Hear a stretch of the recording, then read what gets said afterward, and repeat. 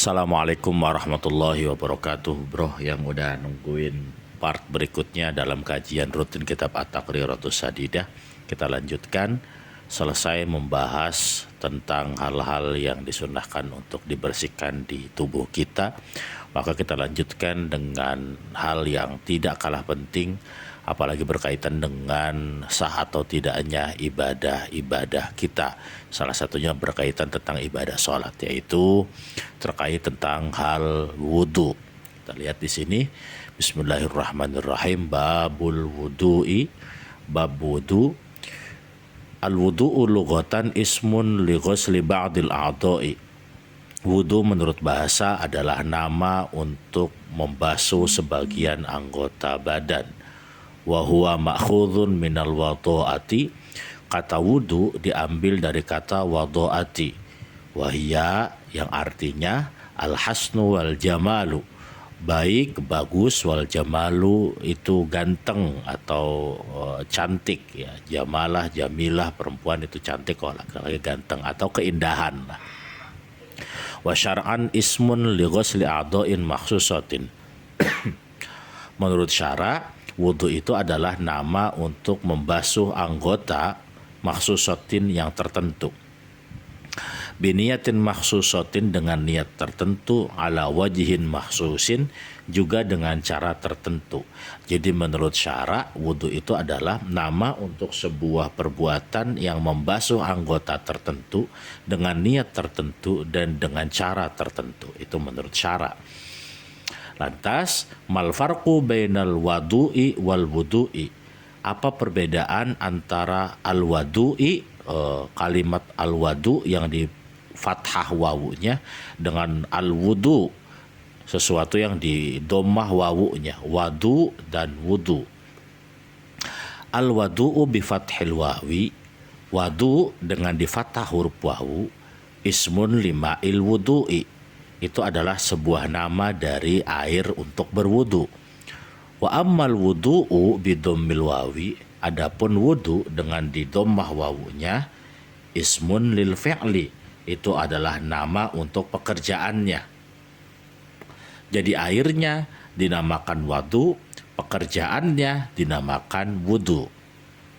Jadi kalau kita menyebutkan wudu itu berarti pekerjaan, kalau kita menyebutkan wadu itu berarti air wudunya. Fadlul wudu'i, keutamaan wudu. Warada 'anin Nabi sallallahu alaihi wasallam annahu qala, Nabi Muhammad berkata, la yusbigu 'abdun al-wudu'a illa ghufira lahu ma taqaddama min dzambihi wa ma ta'akhkhara.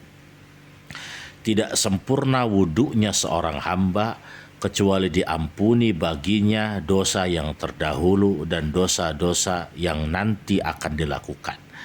Jadi kalau orang yang sudah memperbaiki wudunya, itu akan diampuni dosa terdahulunya oleh Allah, bahkan dosa yang belum ia lakukan sekalipun. Di sini ada hadis yang berkata bagaimana tentang kehebatan orang-orang yang menyempurnakan wudunya.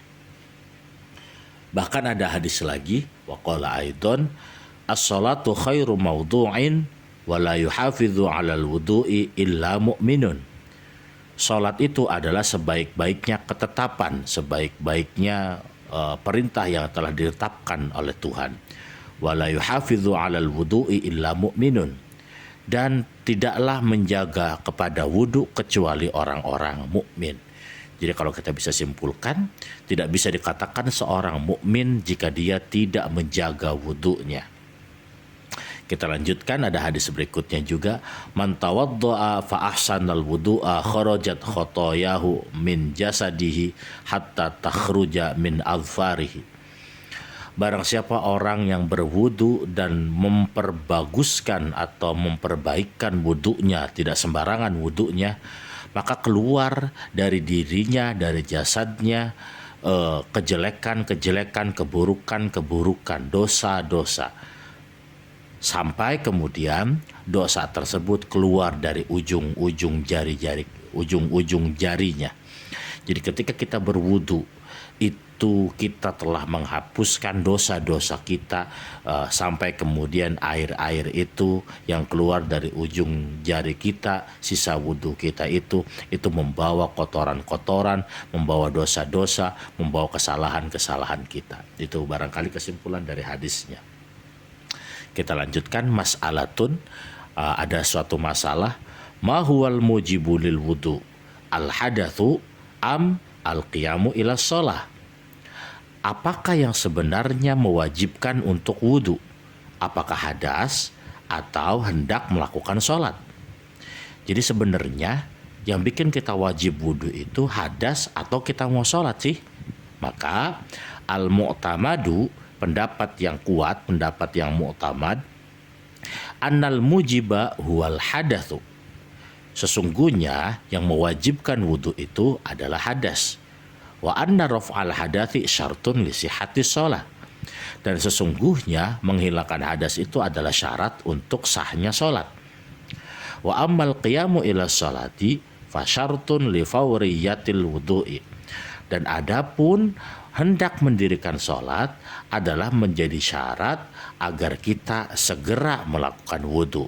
Jadi yang mewajibkan wudhu itu bukan sholat, tapi hadas. Akan tetapi kita hendak sholat itu jadi syarat agar kita segera berwudhu. Jadi kedua-duanya tidak bisa dipisahkan sebenarnya. Akan tetapi sholat itu bukan menjadi sebuah kewajiban untuk kita berwudu, karena bisa jadi orang yang hendak sholat sudah punya wudu sebelumnya, jadi tidak wajib wudu dalam waktu dekat hendak dia melaksanakan sholat. Barangkali itu, jika ada pertanyaan silakan komentar. Jika dirasa ini penting dan dirasa ini bermanfaat, mohon ikut untuk menge-share, men-subscribe, dan memberikan like. Wallahu a'lam bishawab. Assalamualaikum warahmatullahi wabarakatuh.